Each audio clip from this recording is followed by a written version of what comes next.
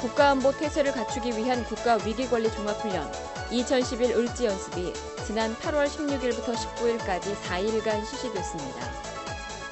시민의 복지 증진을 위해 전력을 기울이고 있는 화성시 복지재단이 한국장애인 도우미견협회와 장애인과 노인의 삶의 질 향상을 위한 업무 협약을 맺었습니다.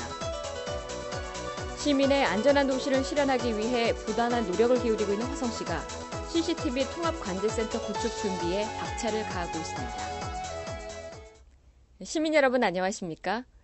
화성시에서는 요즘 친목과 화합을 주제로 한 한마음 체육대회가 곳곳에서 열리고 있는데요. 이 마음이 대화합의 장이 될 10월 1일 시민체육대회를 모아져 대회가 성공적으로 치러졌으면 하는 바람입니다. 시정뉴스 첫 소식입니다.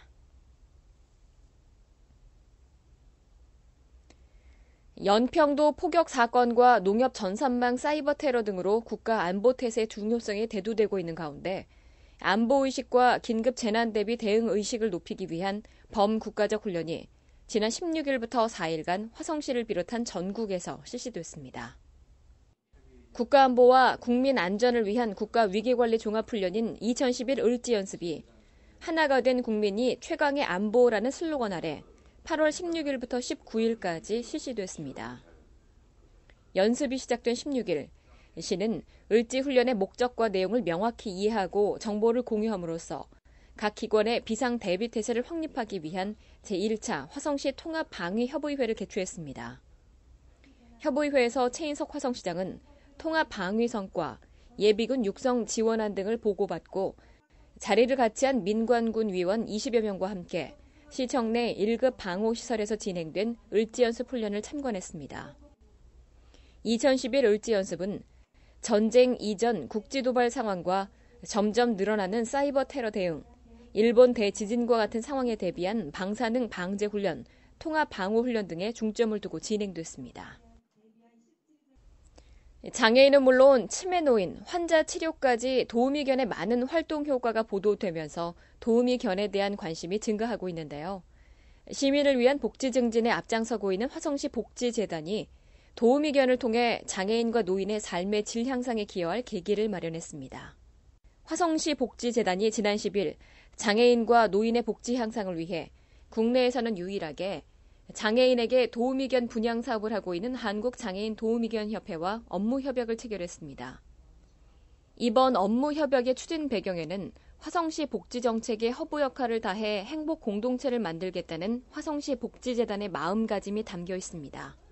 한국장애인 도우미견 협회에서 이러한 일들을 하시는 것을 우리 복지재단에서 판단을 해서 좀 더 특히 우리 장애우 부모들이 자라나는 어린 좀 장애를 가진 어린이들을 정상인과 똑같이 이렇게 키워서 사회 활동을 할 수 있도록 저희들이 그러한 기회를 제공하는 방법으로 생각을 했습니다. 협약시에서는 한국장애인 도우미견협회와 한국동물매개치료복지협회를 맡고 있는 이형구 회장의 주최로 장애인 도우미견의 시범과 분양에 대한 안내 자리가 마련됐으며 나래울 화성시 복합복지타운과 남부종합사회복지관, 남부노인복지관을 협력기관으로 지정하는 지정서 전달식이 같이 진행됐습니다. 협약에 따라 화성시 복지재단은 도우미견이 필요한 지역에 장애인을 추천하고 협회는 이에 우선적으로 무료 분양을 실시하며 장애인과 노인의 반려견 무상훈련 실시, 동물 매개치료센터 화성시 유치 협력 등을 함께 추진하게 됩니다. 범죄가 날로 흉포해지면서 치안은 살기 좋은 도시의 필수 조건이 됐는데요. 시민의 안전한 도시 실현을 위해 최선의 노력을 기울이고 있는 화성시가 CCTV 통합관제센터 구축 준비에 박차를 가하고 있습니다. 시민의 안전을 위해 부단히 노력하고 있는 화성시가 지난 8월 19일 CCTV 통합관제센터 구축에 따른 실무회의를 개최했습니다. 이번 회의에서는 향후 구현될 CCTV 통합관제 시스템에 대한 브리핑과 함께 CCTV 통합 관련 현안에 대한 토론이 이루어졌습니다. 통합관제센터 추진 계획과 사업 계획서를 제출한 화성시는 내년 3월까지 화성 종합 경기타운 내에 1087제곱미터 규모의 CCTV 통합관제센터를 구축해 현재 주정차 단속용, 방범용 등으로 운영 중인 1000여 대 CCTV를 관제할 계획입니다. CCTV 통합관제센터가 구축되면 주간과 평상시에는 CCTV를 방범, 교통 등의 본래 목적대로 사용하고 야간 또는 사건, 사고 발생 시에는 대부분의 CCTV를 방범용으로 전환해 각종 사건, 사고에 신속하게 대응할 수 있게 됩니다. 뿐만 아니라 전문 관리 인력이 24시간 모니터링함으로써 각종 범죄를 사전에 예방할 수 있고 관련 기관 간의 유기적인 정보 공유로 범죄 해결력도 향상돼 시민 안전을 지키는 데 중요한 역할을 하게 됩니다. 또한 여러 곳에서 나눠서 관리하던 CCTV를 한 곳에서 통합 관리하고 공동으로 활용함으로써 CCTV 운용 효율성도 대폭 향상될 것으로 기대됩니다. 금주의 단신입니다. 소상공인들의 가장 든든한 버팀목이 되고 있는 경기 소상공인 지원센터 화성분소가 센터의 승격과 사무실 이전에 따라 지난 10일 승격식과 개소식을 가졌습니다. 이날 행사에서는 김진흥 화성부시장을 비롯해 김성회 박보안 국회의원, 김진형 경기지방 중소기업청장, 홍기화 경기중기센터 대표이사 등이 참석해 화성 소상공인 지원센터의 승격과 이전 개소를 축하했습니다. 새롭게 승격한 화성 소상공인 지원센터는 소상공인 컨설팅, 창업과 경영교육 외에도 중소기업청 소상공인 자금 지원 등 예비 창업자와 소상공인을 위해 보다 다양한 지원을 펼치게 됩니다. 한국사진작가협회 화성지부가 마련한 제1회 화성 전국 사진 촬영대회 전시회가 13일부터 20일까지 U&I 센터 전시실에서 열렸습니다. 이번 전시회에 출품된 작품은 2011 경기 국제보트쇼 및 코리아 매치컵 세계 요트대회에서 촬영된 1200여 점 중 146점으로 금상을 수상한 김재규 씨의 여행 등에 전시됐습니다.